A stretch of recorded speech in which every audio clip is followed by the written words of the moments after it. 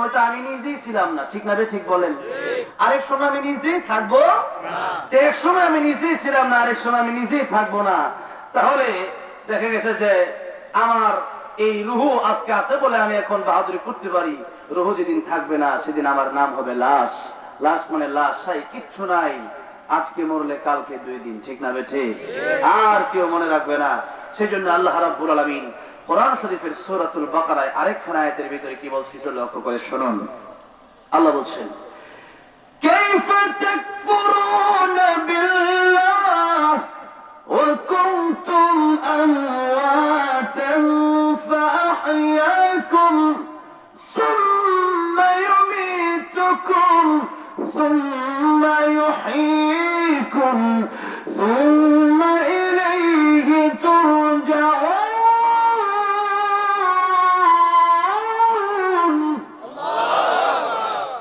আল্লাহ বলেন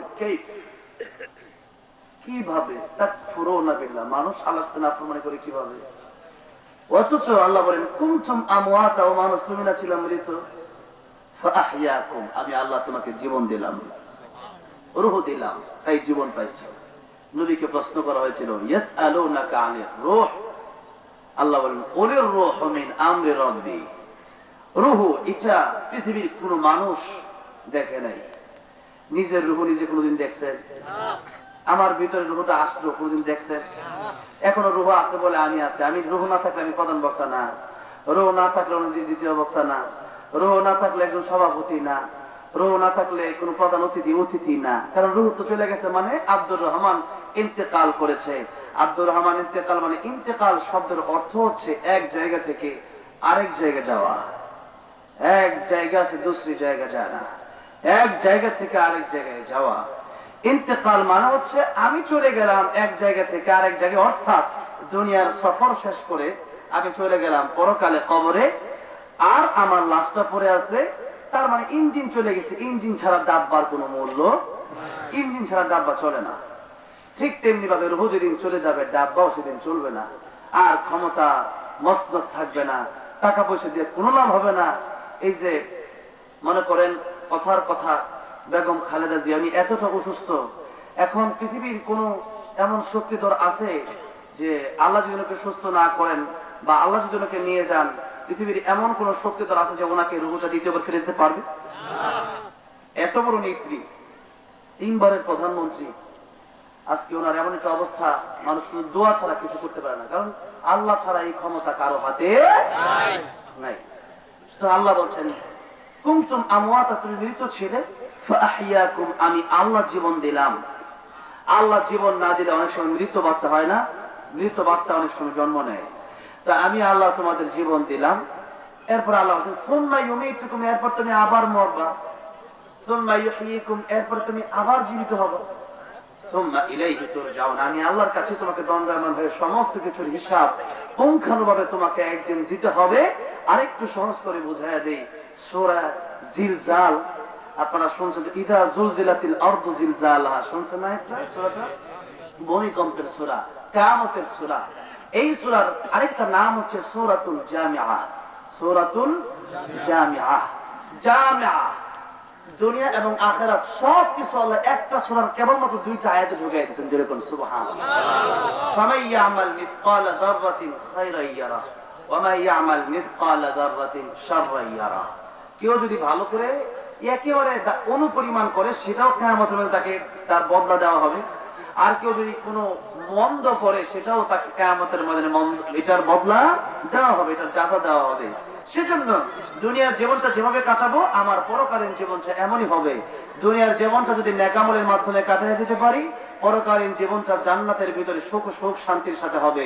দুনিয়ার জীবনটা যদি বদ আমলের সাথে কাটায় দেই, গুনাহের মাধ্যমে কাটায় দেই, তাহলে পরকালীন জীবনটা আমার জন্য জাহান্নাম ছাড়ার কিছু নাই।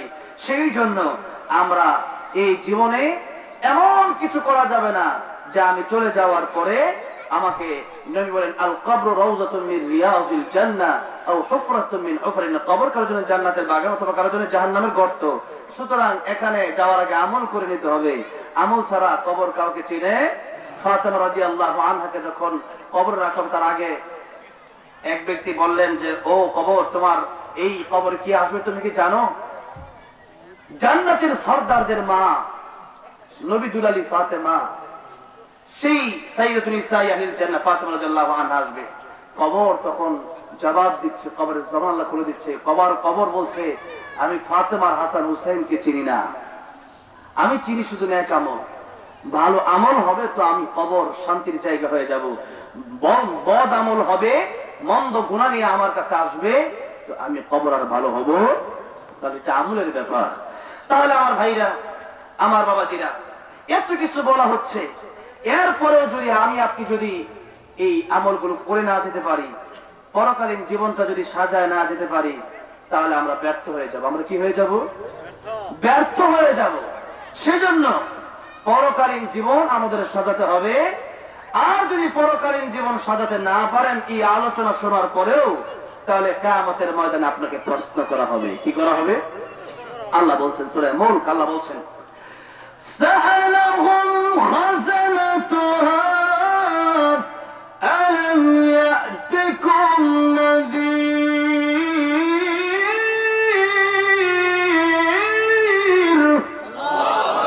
ক্বালু বালা قد جاءنا نذير سألهم প্রশ্ন করা হবে খাযানাতুহা আলাম ইয়াতিকুম নাযীর, তোমাদের কাছে কি ভীতি প্রদর্শনকারীরা আসে নাই? তোমাদের এলাকায় কি উলামায়ে কেরামগণ আলোচনা করে নাই? তোমাদের এলাকায় কি তাফসীরুল কোরআন মাহফিল হয় নাই? তোমাদের এলাকায় কি জান্নাতের আশা জাহান্নামের ভয় দেখানো হয় নাই? তখন জাহান্নামের এই যে জবাবটা দিবে সেটাও আল্লাহ বলেন, তখন ক্বালু তারা বলবে বালা, হ্যাঁ, কদ জাআনা নাযীর, এসেছিল, ওয়াজ মাহফিল কম হয় নাই, জুমার বয়ান আলোচনা কম হয় নাই, কিন্তু ব্যাপারটা কি? ব্যাপারটা হলো যে আমি আলোচনাটা গুরুত্ব দেই নাই। আল্লাহ বলছেন ফাকাযযাবনা, তারা বলবে যে আমরা অস্বীকার করেছিলাম যে হুজুরের আলোচনা এটা শুনলে কি হবে আর না শুনলে কি হবে, ততটা গুরুত্ব আমরা দেই নাই। এই গুরুত্ব না দেওয়ার কারণে আজকে জাহান্নামে আসা লাগলো। আর একটু পরে আল্লাহ বলছেন যে সেদিন মানুষ আফসোস করে কোন কথাটা বলবে। আল্লাহ বলছেন وقالوا لو كنا نسمع أو نعقل ما كنا في أصحاب السعير।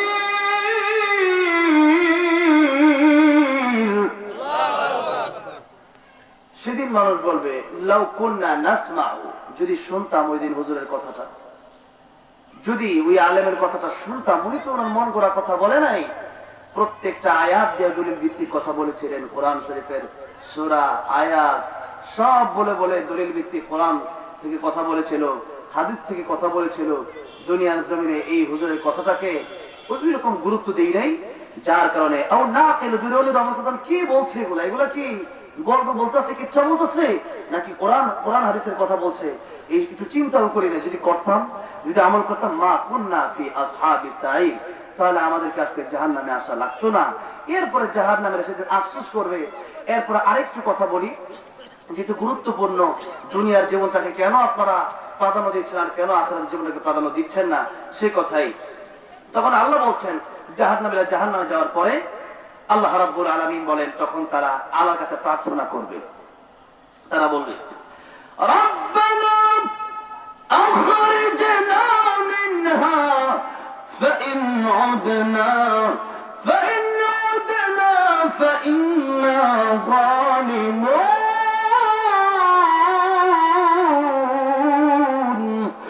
قال اخسئوا فيها ولا تكلمون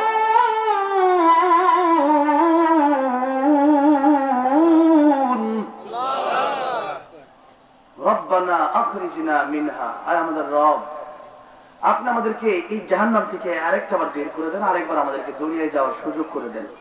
ফাইন উদনা ফাইন্না যালিমুন, আয় আল্লাহ আমরা নামাজ ছাড়বো না, আয় আল্লাহ আমরা আরো বেশি বেশি কোরআন তেলাওয়াত করব, আয় আল্লাহ আমরা জিকির ছাড়বো না, আয় আল্লাহ আমরা নবীর সুন্নাত ছাড়বো না, আয় আল্লাহ মিথ্যা বলবো না, আয় আল্লাহ সুদ খাবো না, আয় আল্লাহ ঘুষ খাবো না, আরেকটা বার জন্য আমাদেরকে ছেড়ে দেন না আল্লাহ, আল্লাহ এখান থেকে একটু বের করে দেন।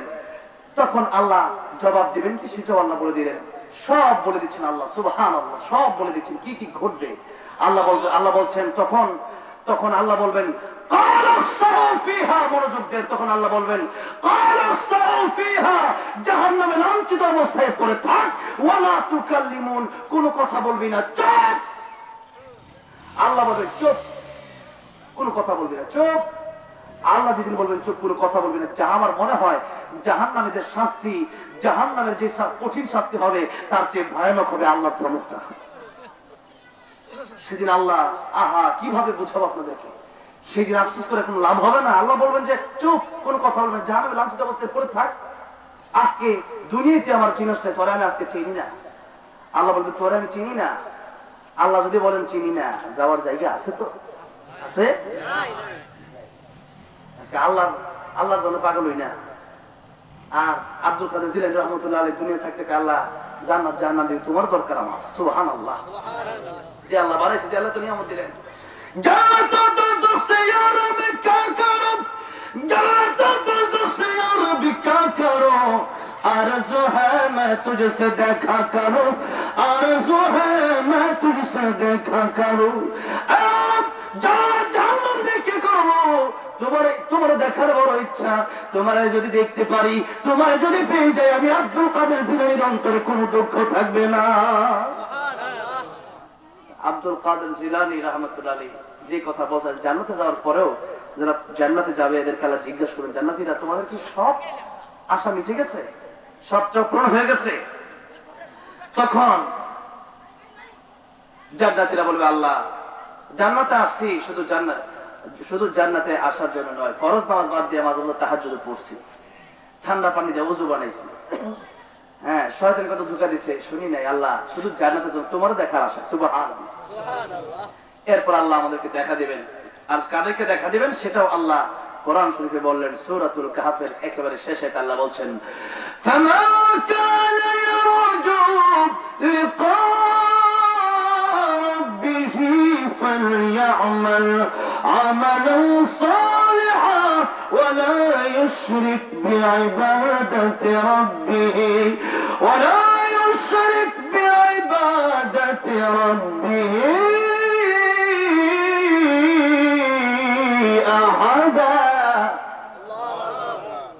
আল্লাহ বলেন শিরিক মুক্ত নেক আমলের প্রয়োজন যদি তোমরা আমার দিদার চাও, আমার সাক্ষাৎটা চাও, তাহলে জান্নাতের ভিতরে তোমাদের সাথে আমি আল্লাহ দেখা দিয়ে দিব, সুবহানাল্লাহ। আমাকে সেজদা দিবা, পীরকে দিবা হবে না, আমারটা মানবা, আবার তোমার নেতারটা মানবা হবে না, আমারটাও মানবা। আবার কোরআন বিরোধী কোন পীর যদি এমন বলে যে কোরআন নামাজ রোজা লাগে না, ওই কথাটা শোনা যাবে না। কারণ আমি শুরুতে হাদিস শরীফ পড়েছিলাম, লা তাআতা লিমাখলুকিন ফি মাসিয়াতিল খালিক, আল্লাহর নাফরমানি হয় এমন কোন কথা যদি বাপ মাও বলে শোনা যাবে, বাপ মা বললেও শোনা যাবে না। তাহলে সেই জায়গায় যদি আমার পীর বলে শোনা যাবে, যদি এমনটা হয়, যদি আমি বলি শোনা যাবে, আল্লাহ মামুনুল হক বলে শোনা যাবে, খালেদ সাহেব আইবি সাহেব বলে শোনা যাবে, যাবে না। তাইলে যদি আল্লাহটা মানতে হয় তাহলে আল্লাহটাই মানতে হবে, আর কারোটা না। এই পৃথিবীতে যত নবী রাসূল আসছে আল্লাহ বলেছেন, ওয়ালাকাদ বাআসনা ফি কুল্লি উম্মাতির রাসূলান আন আ'বুদুল্লাহ, এক ওয়ালিতানিবুত তাগুত, দুই এক নাম্বার কাজ হচ্ছে কেবলমাত্র আল্লাহর গোলামি করতে হবে, দুই নাম্বার কাজ হচ্ছে তাগুত বর্জন করতে হবে। তাগুত শয়তান, তাগুত তারা যারা কোরআন নিজেরা মানে না, অপরকে কোরআন মানতে দেয় না, নিজেরা নামাজ পড়ে না, অপরকে নামাজ পড়তে দেয় না, নিজেরা তাফসীর মাহফিল পছন্দ করে অন্যকে তাফসীর মাহফিল করতে দেয় না, এরা হচ্ছে তাগুত। বুঝছেন? তাগুত যারা আল্লাহর আইন বিরোধী, আল্লাহর কোরআন বিরোধী, যারা আল্লাহ বিরোধী, এরা তাগুত। সেই জন্য তাগুতকে বর্জন করতে হবে। তাহলে আমার ভাইরা, আমার বাবাজিরা, যেই কথা বলছিলাম জাহান্নামে যাওয়ার পরে সেদিন যদি আফসোস করে, সেদিন আফসোস কি কোনো কাজে লাগবে?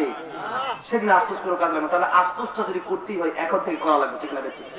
মুতু ক্বাবলা আন তামুতু, মুতু ক্বাবলা আন তামুতু, মরার আগে আরেকবার মরেন। কিভাবে মরবেন? আত্মহত্যা? ওইটা না, আত্মহত্যা করা তো এমন পাপ, এমন কবিরা গুনাহ, যে কবিরা গুনাহ করার সাথে এটা তো তওবার সুযোগ নাই।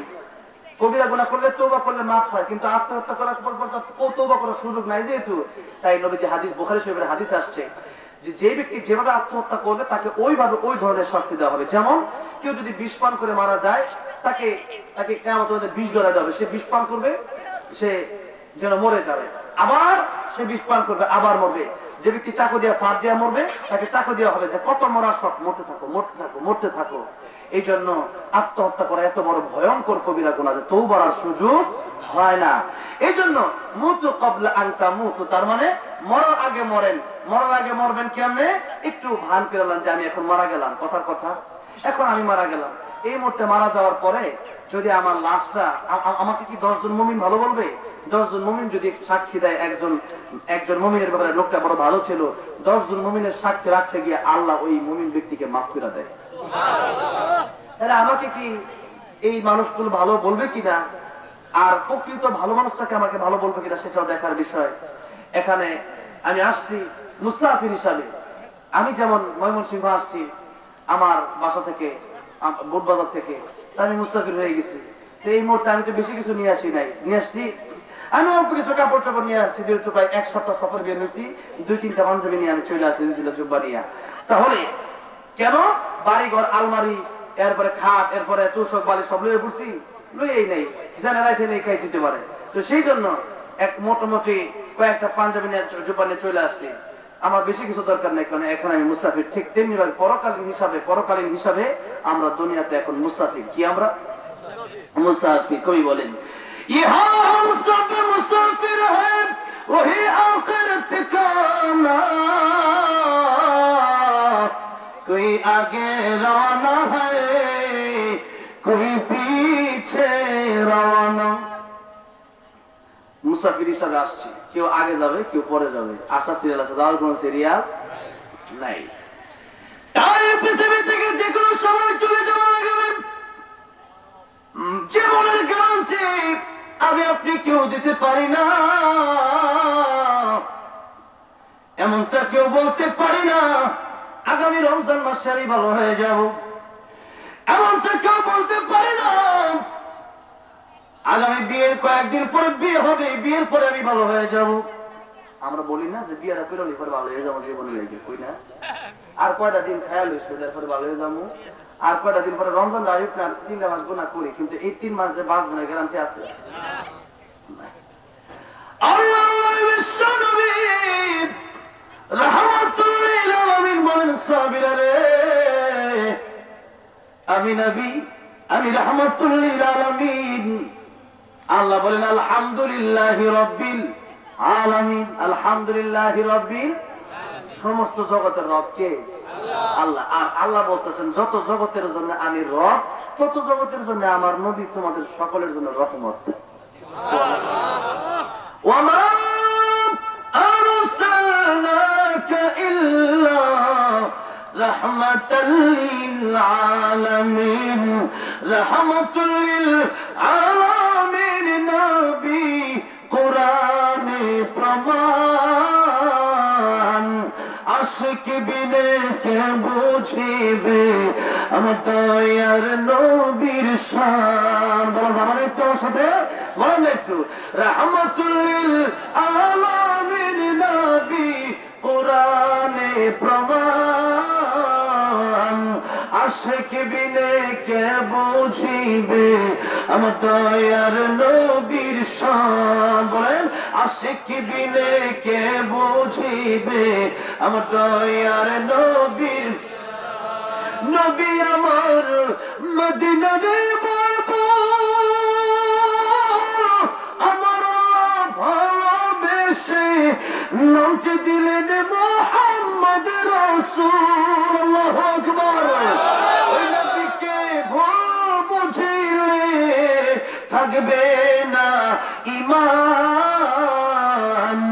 আশিক বিনে কে বুঝিবে আমার দয়ার নবীর শান। বলেন, আশিক বিনে কে বুঝিবে আল্লাহর রাসূল রাহমাতুল লিল আলামিন বলেন, সাহাবীরা রে, আমার আল্লাহ রব যত জায়গার জন্য আমার আল্লাহ রব, তত জায়গার জন্য আমি নবী রহমত, আমি নবী মালাকুল মউতের হাত দিতে হইলে অনুমতি লাগবে। অনুমতি ছাড়া মালাকুল মউত আমার গায়ে হাত দিতে পারবে না, টাচ করতে পারবে না, রূহ কবজ করতে পারবে না, রূহ বের করতে পারবে না। আর আল্লাহর নবী, বিশ্ব নবী রাহমাতুল লিল আলামিনের মৃত্যুর সময় যখন হয়েছিল, মালাকুল মউত আমার নবীর কাছ থেকে অনুমতি নিয়েছিলেন কি নেন নাই? তিনবার অনুমতি নিয়েছে। জোরে বল সুবহানাল্লাহ। আল্লাহর নবীর কাছ থেকে তিনবার মালাকুল মউত অনুমতি চেয়েছেন। দরজার বাইরে